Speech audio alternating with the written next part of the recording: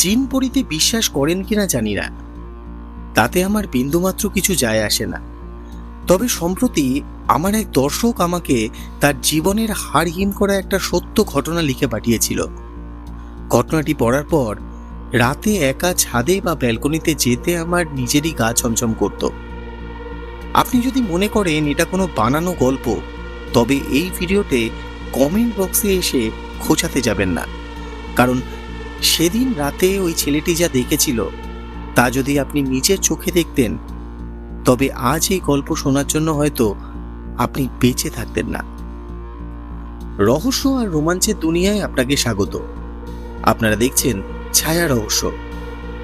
আমাদের কোনো এক বন্ধুর পাঠানো এই হাড় হিম করা সত্য ঘটনাটি যদি আপনার ভালো লেগে থাকে, তবে এখনই চ্যানেলটি সাবস্ক্রাইব করে পাশে থাকার বেল আইকনটি বাজিয়ে দিন। আর হ্যাঁ, ভিডিওটি শেষে আপনাদের জন্য একটা বিশেষ প্রশ্ন থাকবে, তাই এক মুহূর্ত মিস না করে শেষ পর্যন্ত সাথে থাকুন। ঘটনাটি আজ থেকে বছর 14 আগের, 2012 সালের ডিসেম্বর মাসের শেষ কিংবা 2013 সালের জানুয়ারি শুরু। যে বন্ধুটি এই গল্পটি পাঠিয়েছেন তিনি তখন ঢাকার একটি নামকরা আইএসপি কল সেন্টারে চাকরি করতেন। নাইট শিফটের ডিউটি, বিকেল 5টা থেকে রাত 1টা। ঘুম থেকে উঠতে উঠতে দুপুর গড়িয়ে যেত, তাই অফিসের গাড়িতে যখন প্রতিদিনের মতো সেদিনও বাসার সামনে এসে নামলেন, ঘড়িতে তখন রাত 1:05। বাসাটা ছিল এয়ারপোর্টের কাছাকাছি এলাকায়। বাসায় তখন তার নানা নানির অসুস্থ, হার্টের রোগী, তাই কড়া নিয়ম ছিল রাতের বেলা কোনো আওয়াজ করা চলবে না। একদম বিড়ালের মতন নিঃশব্দে নিচতলার কলাপসেবল গেটটা খুললেন তিনি। 4 তলার ওপর তার স্বাদের চিলে কোঠা, টেবিলে ভাত ঢাকা দেওয়া ছিল, জমে যাওয়া আলুর দম আর ঘন মুগ ডাল।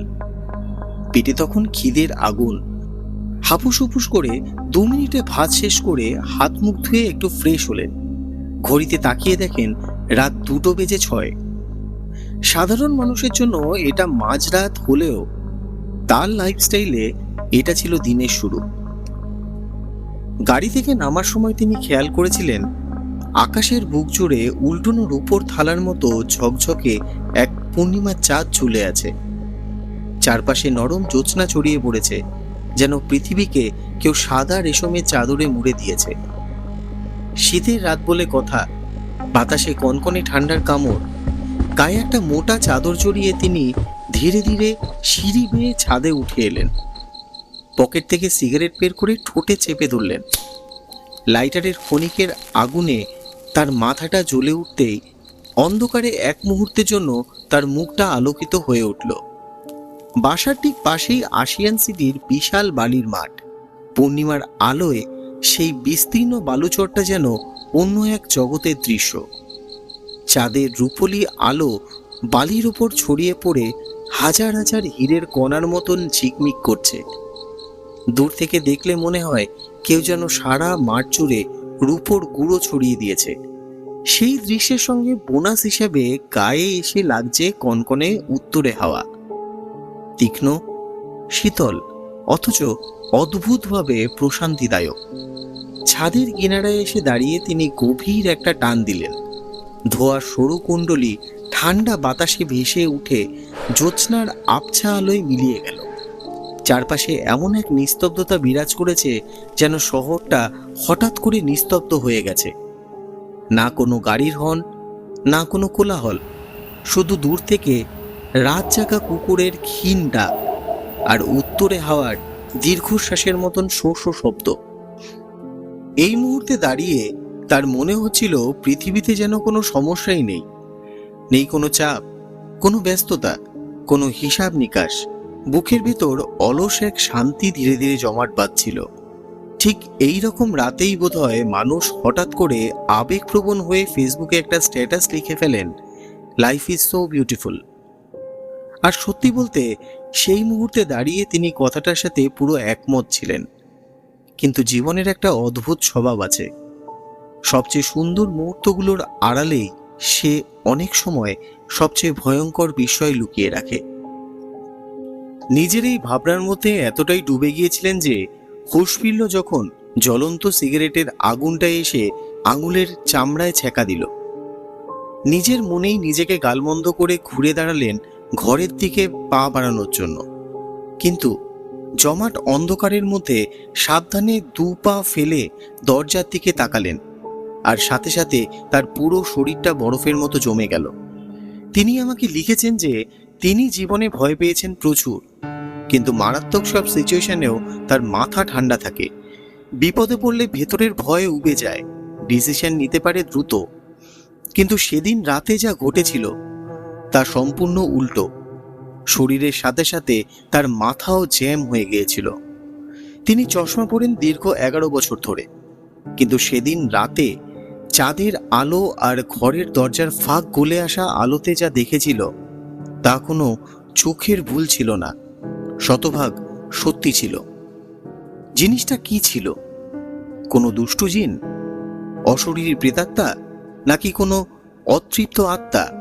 তার কোনো আইডিয়া নেই। লম্বা অবয়বটা তার থেকে অন্তত হাতখানেক উঁচু হবে। চাঁদের আলোয় পরিষ্কার বোঝা যাচ্ছিল যে সেটা একটা সাদা কাপড়ে মোড়া শরীর, পা থেকে মাথা পর্যন্ত নিখুঁতভাবে মোড়ানো। দেখে মনে হচ্ছিল এইমাত্র শ্মশান বা কবরস্থান থেকে উঠে আসা কোনো লাশ। জীবনে প্রথমবারের মতো তিনি টের পেলেন ভয়ের চোটে তার মাথার পেছনের চুলগুলো কেমন সরসর করে সোজা হয়ে দাঁড়িয়ে যাচ্ছে। তার চিন্তাভাবনার 80% গ্রাস করেছিল চরম ভয়, আর বাকি 20% জুড়ে ছিল মৃত্যুর চিন্তা। ভাবছেন ঈশ্বরকে ডাকবেন, কোনো একটা প্রার্থনা মনে করার চেষ্টা করবেন, কিন্তু সেদিন কোনো মন্ত্র বা প্রার্থনা তো দূর, একটা অক্ষরও মনে আসছিল না। মাথার ভেতর তখন যেন একটা পাগল রেলগাড়ি চড়ছে। এটা কি দেখলাম? তিনি বলছেন, দাদা, আমি জীবনে অনেক অদ্ভুত জিনিস দেখেছি, কিন্তু এই মুহূর্তে যা দেখেছি তার কোনো ব্যাখ্যা আমার কাছে নেই। হাত পা ঠান্ডা হয়ে গিয়েছিল, মাথা কাজ করছিল না। বারবার নিজেকে বলছিলাম এটা কিছু নয়, চোখের ভুল, কিন্তু চোখ সরাতেই আবার সেদিকেই চোখ যাচ্ছিল। একবার তো ভেবেছিলাম ছাদ থেকে লাফ দিই, তারপর মনে হলো লাফ দিয়েই বা কি লাভ, হাত পা ভেঙে যাবে। কিন্তু সেই জিনিসটা দেখছে, ওটা থেকে সত্যি কি বাঁচতে পারবো? বিশ্বাস করো দাদা, আমি সত্যিই ভয় পেয়েছি।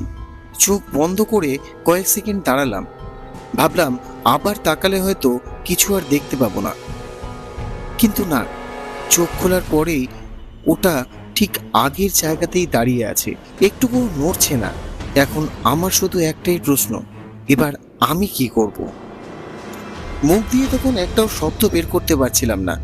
হঠাৎ মনে হলো সেই সাদা কাপড়ে মোড়া অবয়বটা শূন্যে ভাসতে ভাসতে সোজা আমার দিকে এগিয়ে আসছে। ওটার নিচের দিকে তাকানোর ক্ষমতা আমার ছিল না, কিন্তু মন্ত্রমুগ্ধের মতন ওটার মাথার দিকে আমি তাকিয়েছিলাম। হ্যাঁ, জিনিসটা আমার দিকে এগিয়ে আসছে। আকাশ বাতাস ফাটানো একটা চিৎকার দিতে চাইলাম, কিন্তু বাস্তবে মুখ দিয়ে শুধু একটা গো গো গোয়ানির শব্দ বের হলো, আর আমি জ্ঞান হারিয়ে মাটিতে লুটিয়ে পড়লাম। যখন জ্ঞান ফিরল তখন চারপাশে গাঢ় অন্ধকার। ভয়ে চোখটা আবার বন্ধ করে ফেললাম। মাথার বাম পাশটা টনটন করে ব্যথা করছে, আর বুকের ভেতরে যেন তীব্র একটা ঢাকের আওয়াজ চলছে। এত জোরে হার্টবিট হচ্ছিল, একটা লম্বা শ্বাস নিয়ে ঠিক করলাম যাই হয়ে যাক, চোখ খোলা যাবে না। আমার বাম হাতটা শরীরের নিচে চাপা পড়েছিল। ইঞ্চি দুয়েক নাড়িয়ে টের পেলাম পকেটের সিগারেটের প্যাকেট আর দেশলাইটা জায়গা মতোই আছে। একটু ভরসা পেলাম। এবার মাথাটা একটু ঠান্ডা হলো। মনে মনে পরমেশ্বরকে জপ করতে করতে সাহস একটু বাড়ল। ঠিক করলাম এবার আমাকে উঠতে হবে। প্ল্যান করলাম দেশলাইয়ের একটা কাঠি জ্বালিয়ে সেই সাদা কাপড়ে মোড়া জিনিসটার দিকে তাকাবো। যদি এখনো দাঁড়িয়ে থাকে তবে 2 কদম দৌড়ে পূর্ব পাশের ছাদে লাফ মারব, আর যদি না থাকে সোজা নিজের ঘরের দিকে দৌড় মারব। তারপর কিভাবে যে ছুটে ঘরে ঢুকেছি, দরজা বন্ধ করে লক করেছি সেটা ঠিক মনে নেই। শুধু এইটুকু বলতে পারি যে দেশলাই জ্বালানো, চোখ খোলা আর হুড়মুড় করে ঘরে ঢুকে দরজা লক করা, পুরো ব্যাপারটা 5 সেকেন্ডের বেশি সময় লাগেনি। ঘরে ঢুকে হাঁপাতে হাঁপাতে দেখি টেবিলের ওপর রাখা মোবাইল ফোনটা ভাইব্রেট করছে। স্ক্রিনে ভেসে উঠেছে আমার প্রেমিকার নাম। ফোন রিসিভ করতেই ওপাশ থেকে শুরু হলো জেরা। এতক্ষণ কোথায় ছিলাম, ফোন ধরিনি কেন, কার সাথে কথা বলছিলাম, একের পর এক প্রশ্ন। এদিকে আমার তখন এমন অবস্থা, মনে হচ্ছিল বুকের ভেতর থেকে হৃৎপিণ্ডটা বুঝি বেরিয়ে আসছে। আরো দুটো সিগারেট শেষ করার পর কাঁপা কাঁপা গলায় পুরো ঘটনাটা ওকে খুলে বললাম। সব শুনে কয়েক সেকেন্ড চুপ করে রইল সে। তারপর খুব গভীর স্বরে বলল, আর কত মিথ্যা কথা বলবে তুমি? অন্য ফোনে কার সঙ্গে কথা বলছিলে সেটাই বলো। কথাটা শুনে সত্যি বলতে কি তখন আমার হাসবো না কাঁদবো বুঝতে পারছিলাম না। জীবনে প্রথমবার এমন একটা জিনিস দেখেছিলাম যেটার কথা ভাবলেই তখন শরীর কেঁপে উঠছিল। অথচ এতদিনের সম্পর্কের মানুষটাকেও সেটা বিশ্বাস করাতে পারছিলাম না। দুনিয়ার অন্য মানুষ বিশ্বাস করবে সেটা আশা করাই বোধহয় ভুল। তারপর ভোরের আজান দেওয়ার পর্যন্ত আমাকে ফোনে থাকতে হয়েছিল। কত কসম খেতে হয়েছিল, কত ব্যাখ্যা দিয়েছি, কতবার বলেছি আমি মিথ্যা বলছি না, সেই হিসাব একমাত্র আমিই জানি। বন্ধুরা, গল্পটা যিনি পাঠিয়েছেন তিনি এখন ভালো আছেন, কিন্তু আপনাদের উদ্দেশ্যে তিনি একটা বার্তা পাঠিয়েছেন। তিনি বলছেন, আজ এতদিন পর সেই ঘটনার কথা লিখতে বসে একটা কথাই বলতে চাই। আপনারা আমার কথা বিশ্বাস করবেন কি করবেন না সেটা সম্পূর্ণ আপনাদের ব্যাপার। আমি কাউকে জোর করে বিশ্বাস করাতে চাই না। তবে যদি এই গল্পটা পড়ে বা শুনে মনে হয় আমি বানিয়ে বলছি, কিংবা কমেন্টে এসে মজা করার ইচ্ছা হয়, তাহলে ঈশ্বরের কাছে আমার একটাই প্রার্থনা থাকবে, তেনারা যেন জীবনে অন্তত একবার আপনাদেরও দর্শন দেন। সেদিন হয়তো বুঝতে পারবেন ভয়ের আসল অর্থ কি। বুঝতে পারবেন কিছু কিছু অভিজ্ঞতা আছে যেগুলোর ভাষায় পুরোপুরি প্রকাশ করা যায় না। আর একটা কথা, সেদিন প্রেমিকার সাথে কথা বলার সময় কথার মাঝখানে একবার ঘড়ির দিকে তাকিয়েছিলাম আমি। সময়টা এখনো স্পষ্ট মনে আছে, 3:10। কেন জানি না সংখ্যাগুলো আজও আমার মাথায় গেঁথে আছে, যেন সেই রাতের বাকি সবকিছুর মতন এইগুলো কোথাও গেঁথে গেছে। আর সত্যি বলতে কি আমি চাইও না আর কোনোদিন রাত 3:10 এমন কোনো দৃশ্যর মুখোমুখি হতে। বন্ধুরা, আমাদের এই সাবস্ক্রাইবারের পাঠানো হাড়হিম করা অভিজ্ঞতাটি আপনার কেমন লাগলো? আপনাদের জীবনেও এমন কোনো অলৌকিক ঘটনা ঘটেছে? যদি ঘটে থাকে তবে স্ক্রিনে দেওয়া মেল আইডি বা কমেন্ট সেকশনে লিখে জানান। আপনার গল্প আমরা তুলে ধরব পরের এপিসোডে। আজকের ভিডিওটা ভালো লাগলে একটা লাইক দিন, আর বন্ধুদের সাথে প্রচুর শেয়ার করুন। আর হ্যাঁ, এরকম আরও রোমহর্ষক সত্য ঘটনার আপডেট পেতে এখনই চ্যানেলটিকে সাবস্ক্রাইব করতে ভুলবেন না। দেখা হচ্ছে পরের ভিডিওতে। ততক্ষণ ভালো থাকুন, সাবধানে থাকুন। ধন্যবাদ।